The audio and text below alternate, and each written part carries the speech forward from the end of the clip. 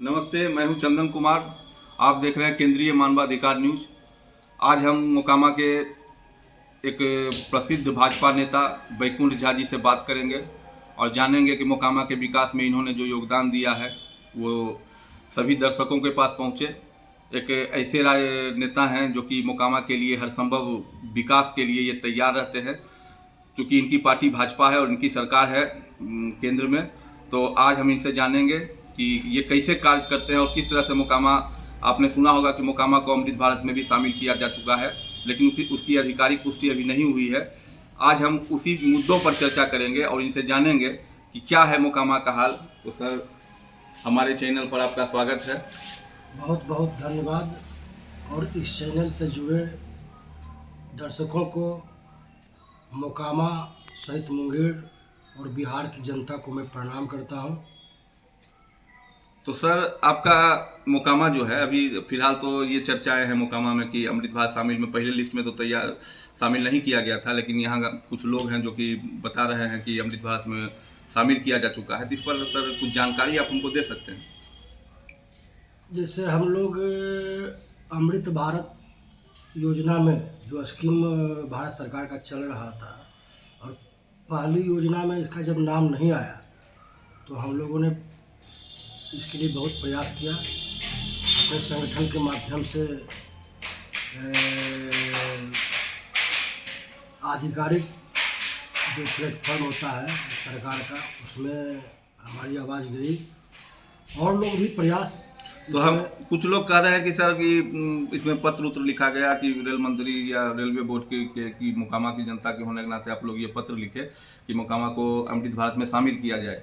तो ये मतलब कैसे, मतलब क्या हुआ, आप बता सकते हैं इसको?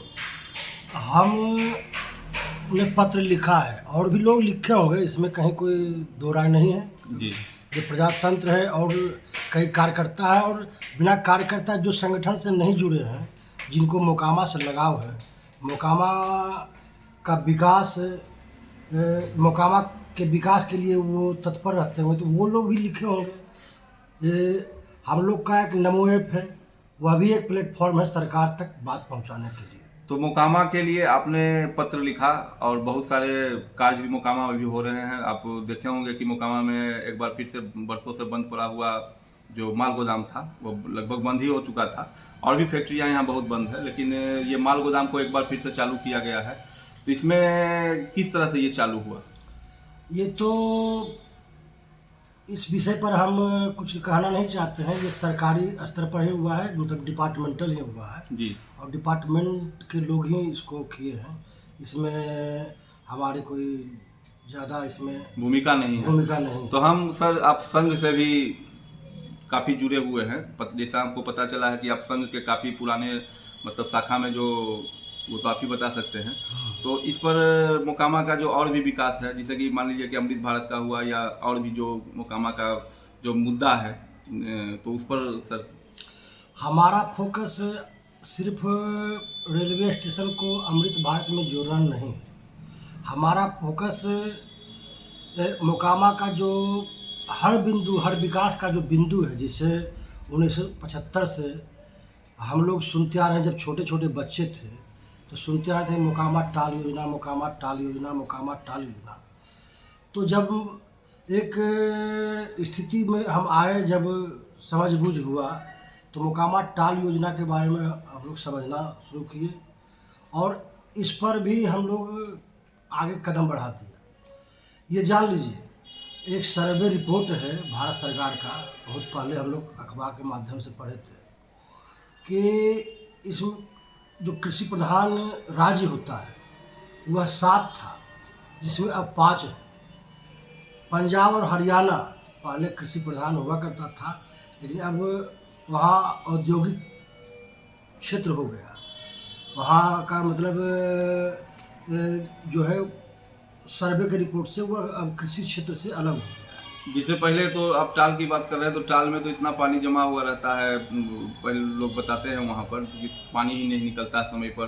टाल में फसल भी उतना अच्छा मतलब नहीं हो पाता है, जो भी है या जो भी है सरकार से मदद नहीं मिल पाता है। तो इस पर क्या कहेंगे? ये तो हम इस पर राजनीति हुआ जी। टाल योजना की राजनीति से ही यहाँ से सांसद और मुख्यमंत्री तक बन गए, लेकिन टाल योजना का जो संकल्प लिया था 3 फसला करने के लिए, इसके लिए कोई कदम नहीं उठा अभी तक। लेकिन हमारे यशस्वी प्रधानमंत्री जो भारत के श्री नरेंद्र मोदी जी हैं, उनको मैं बार बार पोस्ट के माध्यम से और अपने संगठन के उच्च पदाधिकारी के माध्यम से इसके बारे में, इस मोकामा टाल के बारे में अवगत कराया है। और ये जान लीजिए कि हमारे प्रधानमंत्री जी का जो विजन विकसित भारत है, तो वह यह निश्चित रूप से विकसित बिहार भी है। कारण कि जब विकसित भारत होगा तो पहले विकसित बिहार से ही चलेगा वो। तो बिहार में अभी अभी आपकी पार्टी जदयू से गठबंधन नया नया हुआ है, तो फिर से आप सरकार में आ गए हैं। वो सब राष्ट्रीय और प्रदेश स्तर का राजनीति है। वह हमारे वहाँ पर बैठे बड़े बड़े नेता हैं, वह जो परिस्थिति बनी होगी उस परिस्थिति के माध्यम से गठबंधन किया है। इसके लिए मैं इस पर ज़्यादा बात नहीं करना चाहता हूँ, लेकिन मैंने यह भी आगाह किया कि ठीक है हम लोग गठबंधन में हैं, लेकिन अच्छे लोगों को ही चुनाव के मैदान में उतारा जाए। जो जिसे जनता पसंद नहीं कर रही है, जो जीतने के बाद क्षेत्र में नहीं आ रहा है, वह क्षेत्र में मेरा फिर से उम्मीदवार बन के नहीं आए। हम बार बार यह अपने संगठन के पदाधिकारियों के प्रदेश और अपील कर, हाँ, केंद्र के अपील नहीं, मैं मौखिक रूप से मिल के इस पर कर रहे हैं बार बार। तो आप ये बताइए कि संघ से आप जुड़े हुए हैं, तो संघ में बिहार के जो है कुछ नेता उता होंगे बिहार में काफ़ी, तो लोगों का कुछ नाम पता कुछ बताइए। जो संघ से जुड़े हुए लोग, बहुत लोग भाजपा के नेता को जानते हैं, लेकिन संघ से जो जुड़े हुए होते हैं वो मतलब ज़्यादा पर्दे के पीछे होते हैं। तो उन लोगों का नाम थोड़ा हमको बताइए। बिहार में कौन कौन से वैसे नेता हैं अभी फिलहाल? संगठन में जो बिहार जो प्रांत 4 अथी में बटा हुआ जी, है, और हम लोग अभी जो इसमें भी बदलाव होता है, जिससे संगठन में बदलाव होता है उसमें भी बदलाव होता रहता है।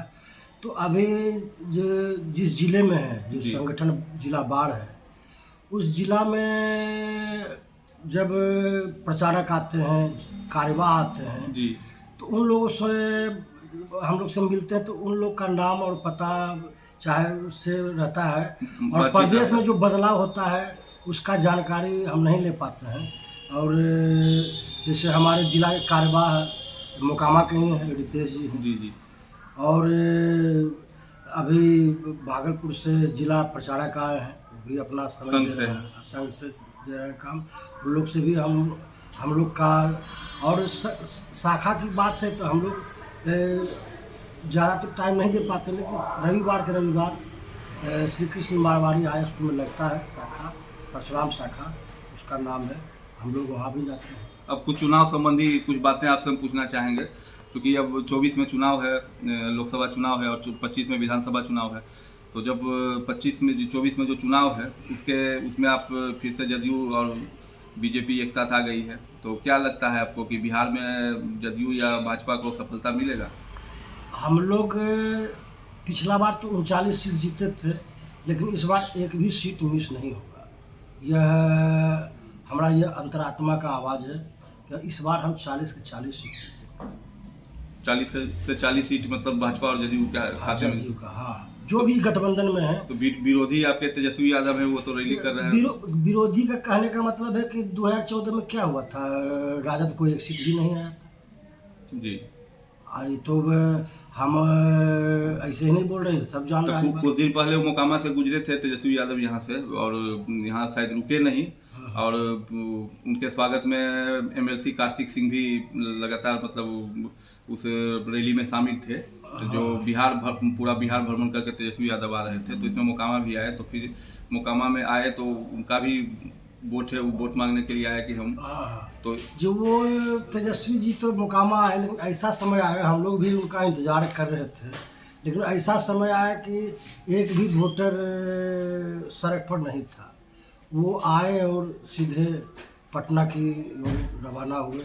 उनको इतना आभास है कि हम लोग चुनाव जीतने नहीं जा रहे हैं, और उनको तो विजेंद्र यादव जी विधानसभा में ही कहे कि देश में दूसरा पप्पू तो होने वाला है। तो मतलब अब तो जो चुनाव होगा उसमें पहले भाजपा जदयू राजद सब मतलब जो था, जो स्थिति था आप देख रहे थे, अब तो सब एक हो गए हैं यहाँ पे।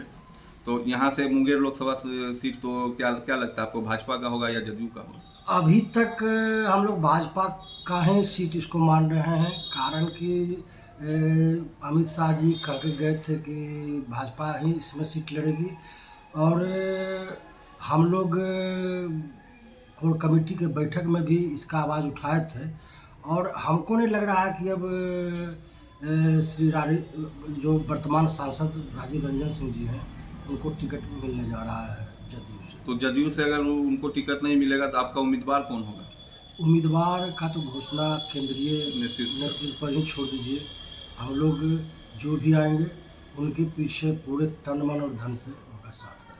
तो हमारे साथ थे, अभी बैठे हुए हैं साथ में बैकुंठ झा जी, मोकामा के एक नेता हैं जो भाजपा से संबंध रखते हैं और संघ के काफ़ी पुराने नेता हैं। मोकामा के विकास के लिए इन्होंने जो योगदान दिया ये आप सुन चुके थे, और आज सामने में हम इनसे बात करा के आपको ये दिखा रहे हैं कि वाजिब में बैकुंठ झा जी जैसे लोग जो है मोकामा के विकास के लिए हमेशा तत्पर रहते हैं और सभी लोगों से के संपर्क में रहते हैं। एक बार फिर हम इनसे पूछना चाहेंगे कि सर, अंतिम सवाल है कि अगर मोकामा का विकास अभी जो रुका हुआ है वो किसी भी तरह में, या अमृत भारत को नहीं शामिल किया गया था लेकिन आप लोगों के प्रयास से बस शामिल किया गया, तो मोकामा की जनता को एक बार क्या संदेश देना चाहेंगे? हम यही संदेश देना चाहेंगे कि हम अपना जीवन मोकामा के विकास के लिए खपा देंगे। उसके लिए हम लोग प्रयास में हैं कि जो भी यहाँ से किसी भी कारणवश चला गया, जब बंद पड़ा 3 खाद कारखाना खुल सकता है, तो हम लोग इसके प्रयास में और आश्वासन देना चाहते हैं मोकामा की जनता को कि बंद पड़े भारत वेगन, बंद पड़े सूत मिल, आधुनिकीकरण होके नए ढंग से खुलेगा और मोकामा टाल भी 3 फसला होकर रहेगा। यही हम संदेश देना चाहते हैं। तो धन्यवाद सर आपका। बहुत धन्यवाद। आपका कीमती समय हम लिए। ये बैकुंठ झा जी से हमारी बातचीत हुई, मोकामा के विकास पर चर्चा हुई। मोकामा से चंदन कुमार की रिपोर्ट, केंद्रीय मानवाधिकार।